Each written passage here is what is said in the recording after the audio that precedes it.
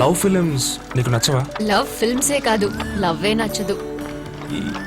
ఎందుకలా? అది అసలు అర్థం లేని విషయం. ప్రపంచం అంతా పండుగ చేసుకున్న feeling love, just like that. అదొక తొక్కలో మ్యాటర్ అన్నట్టు తీసిపారేసు. లవర్స్ ని ఎప్పుడైనా చూసావా? 4 సార్లు పిలిస్తే గానీ తిరిగి చూడరు.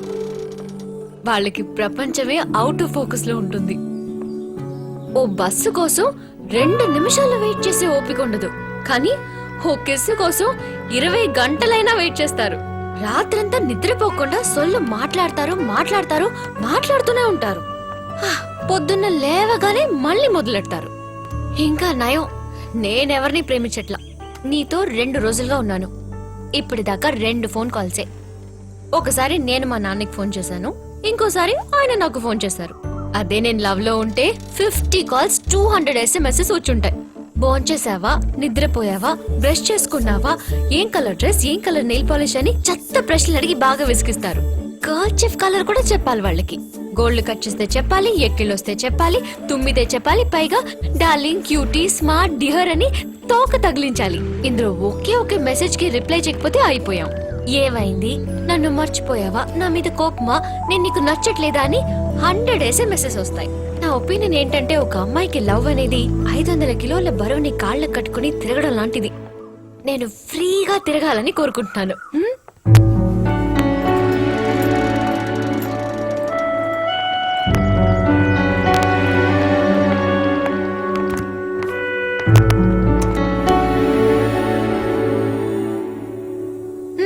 ఏమైంది?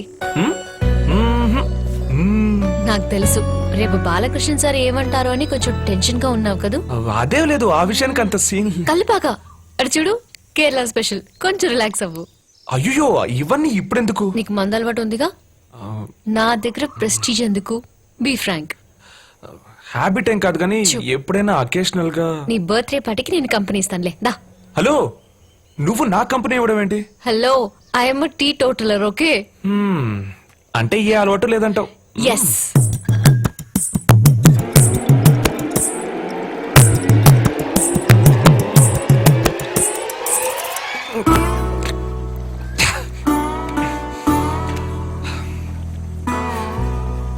కళ్ళు కనిపించిన వాడిని మనం కలర్స్ గురించి అడిగితే వాడేం చెప్తాడు? నువ్వు కూడా అలాగే ప్రేమ గురించి ఇన్ఫర్మేషన్ చాలా సేకరించావు, కానీ దానివల్ల పొందే అనుభవం నీకు లేదు.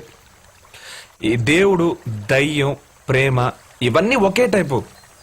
ఫీల్ అయ్యే వరకు అర్థం కాని విషయం, లేదు అని చెప్పే విషయం.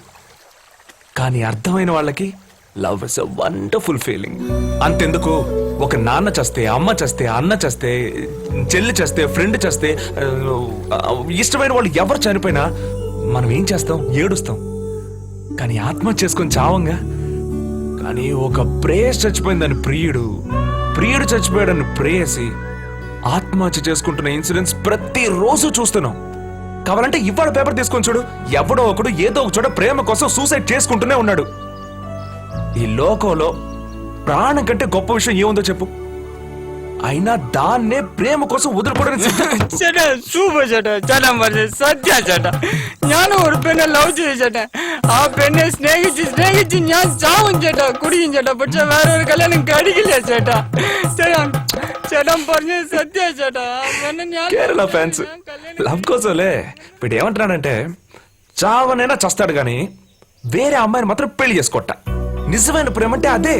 లవ్ లో ఎన్ని ప్రాబ్లమ్స్ అయినా ఉండొచ్చు, కానీ కోరుకున్న వ్యక్తిని పెళ్లి చేసుకున్నప్పుడు కలిగే సంతోషం మామూలుగా ఉండదు. అది great feeling. Super. Thank you.